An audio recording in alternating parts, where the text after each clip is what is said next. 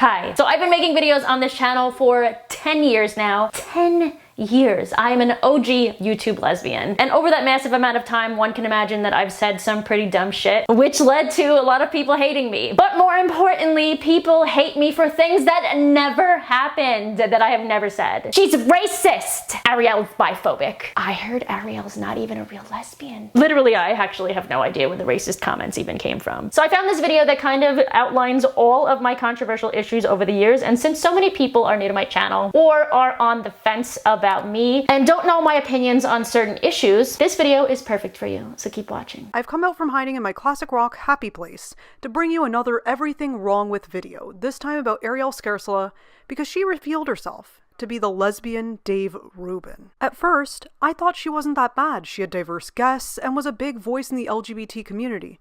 But then I listened to what trans people had to say, and I saw the light. She is not on our side at all. Let's take a second just to acknowledge the fact that the people I call out in my content, if I ever actually call an individual out, which is very rarely, they are people who I think are legitimately bad people or making a bad name for the LGBT community. On September 15th, 2013, Arielle uploaded a video called What Lesbians Think of Bisexuals. The video got very mixed reception and bisexuals were reasonably upset. If you had to describe bisexual girls in one word, what would it be? Greedy. To be honest with you, confused. All I heard were negative stereotypes like confused, greedy, slutty, you're either one or the other, that they're really straight, that they want threesomes. Okay, God.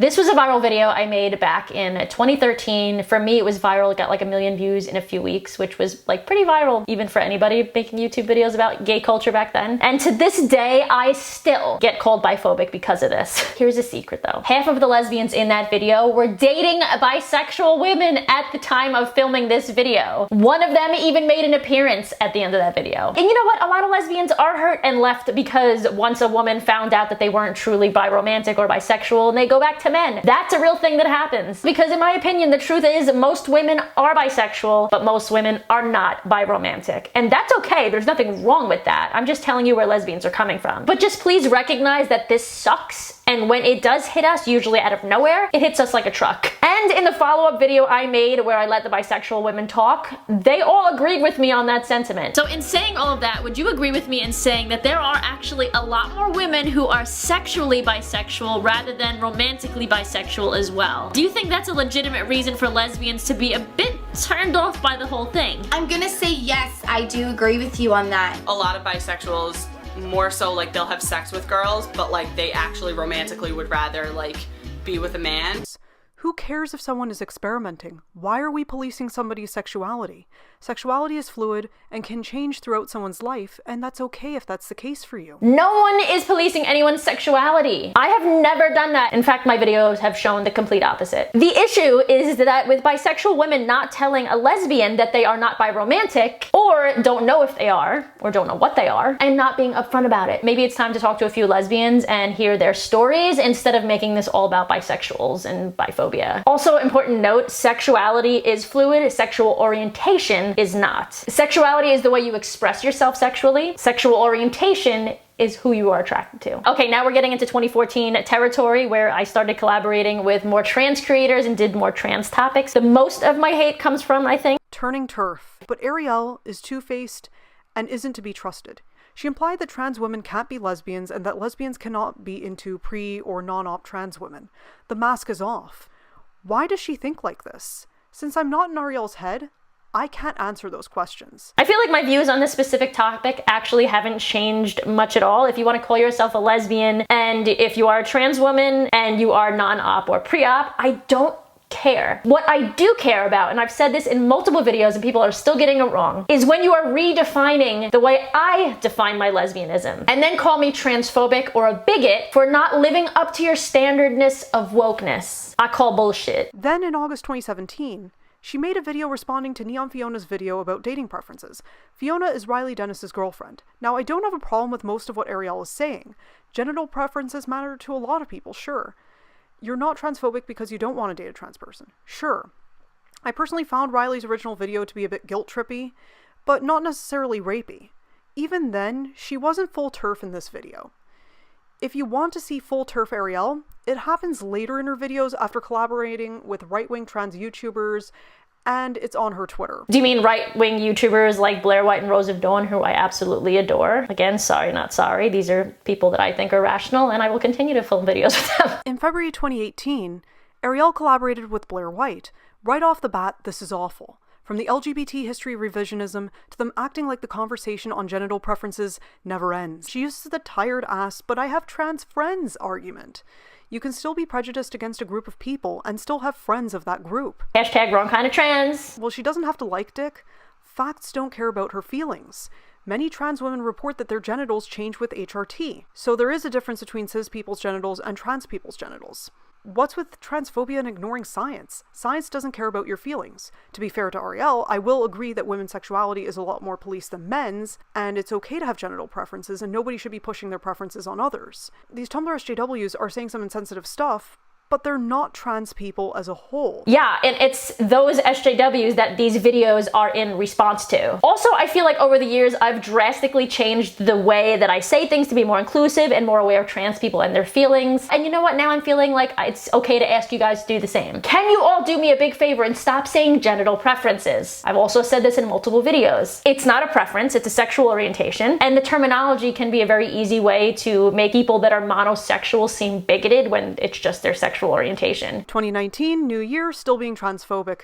In a video that she made with a trans man named Blake, she claims that a study shows that being trans makes students more popular and protected by schools, which she never provides a link to the study. So there was a study recently about a study in high schools about how females who previously identified as lesbian or bisexual are now identifying as trans. It showed that transitioning, number one, increased the students' popularity, and also, this is even more important in my opinion, offered greater protection from harassments, according to teachers and law enforcement. Teachers were more concerned about anti-trans bullying than bullying that was anti-gay. I will have a link to that study below. I'm sorry that I forgot to include it in the first video. Also, every single trans man I've ever spoken to who has physically transitioned has noted that they are taken more seriously. Living as a man is very different than living as a woman. That they have in some ways become more popular, or at least what they say is taken more seriously. I probably said that twice, but you know what? We're gonna say it twice because it's important. By the end of 2019, she's gone full TERF.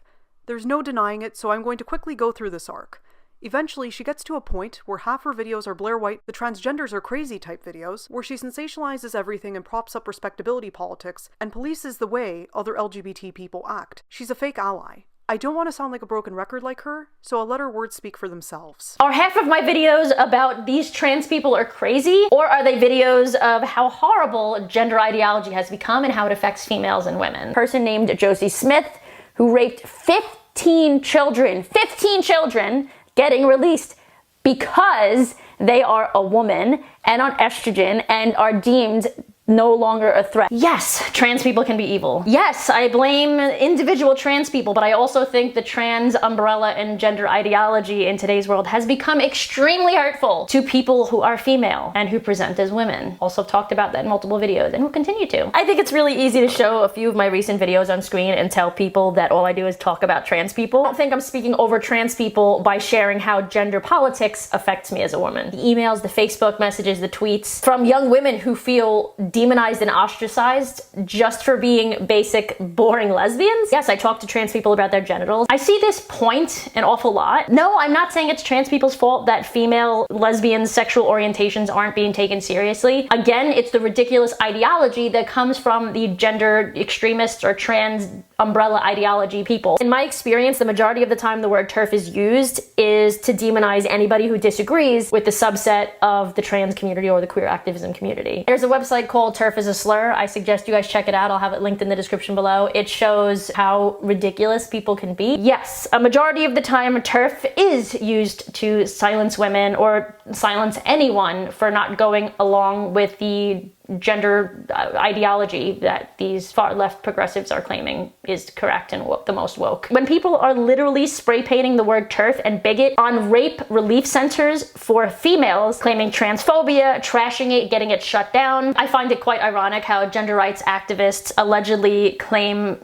to be giving others a voice and make safe space. Yet their tactics literally are bullying and silencing the majority of the world. I've been called a TERF. You know what? I've lost count at this point. But I asked you guys on Twitter, what's the most ridiculous thing you've been called TERF for? Here are some of your answers. And I feel like these things, in my opinion, are issues that need to be taken more seriously. Sydney is famous for its gay and lesbian Mardi Gras, which is its pride event. Arielle was supposed to be on a panel at an official gay and lesbian Mardi Gras event. When people found out, they were upset and petitioned to have her removed from the event. Other panel members left because they didn't want anything to do with her. Pride is supposed to be a safe place for all members of the LGBT community. Arielle is not entitled to be part of the event. They have every right to kick her out. Of course, she acts like a victim and makes it all about her, saying that they got rid of the one female lesbian-focused event. Correct. I don't have any innate right to be at any event, but literally 2 seconds ago, you just said that Pride is supposed to be a safe space for everybody. What you meant to say was that Pride is a safe space for everybody who agrees with the far-left progressive ideology. And if you don't, you should be banned because apparently even my existence to some gender radical people is triggering for them. Just like me being alive. Me being alive and being in their country was triggering for them. Her Twitter has turned into left bashing. Then she went on Tim Pool's podcast, and now she's made a video of her coming out as conservative. Let's react. I don't think it's normal for people to be praised for walking around with shirts that say kill TERFs. That shirt doesn't say kill TERFs on it. Learn to read. It says I punch TERFs.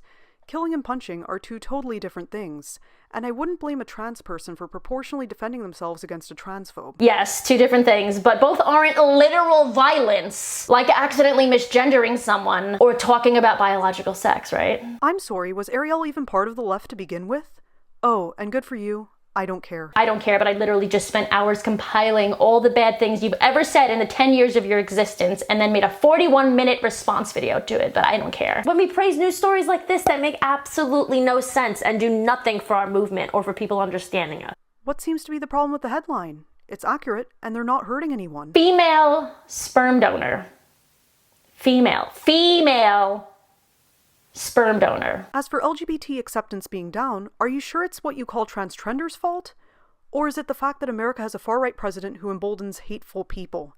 Stop victim-blaming LGBT people. Trump was the first president to enter into the office as pro-LGBT. First Republican to ever be pro-gay. I will do everything in my power to protect our LGBTQ citizens from the violence and oppression of a hateful foreign ideology.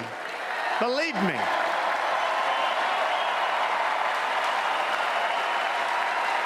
He has also launched a global campaign to decriminalize homosexuality within the UN. He's appointed quite a few gay men to work with him. He wants to make PrEP available to all gay and bisexual men without insurance. But no, of course, the White House is to blame. The White House is to blame for the rise in the anti-LGBT groups. I mean, look at all the good we've been doing lately. All that banging on the windows, punching 60-year-old women, screaming at people who disagree with us, refusing to have conversations, name-calling new genders of the week, anger directed at celebrities, and canceling anyone who disagrees with your rhetoric. So enough with all of that. I just wanted to let people know officially where I stood on certain issues. Personally, I don't think I'm biphobic. In fact, I actually usually find bisexual women more attractive because they are typically more feminine presenting, and I like that. I'm not racist. Again, I don't know where that claim even comes from. No one ever has any valid, proof to back that up. I don't think I'm transphobic, and yes, I am legitimately an actual lesbian. I hope that cleared up a few things about me. Please let me know in the comments the most ridiculous reason you've ever been called a bigot. And I feel like that word has completely lost its meaning at this point. You know that you're going to continue to watch the content that I upload, so you might as well subscribe. So click down there. I will see you guys back here in a few days with a brand new video. Until then, I love you. Love yourselves.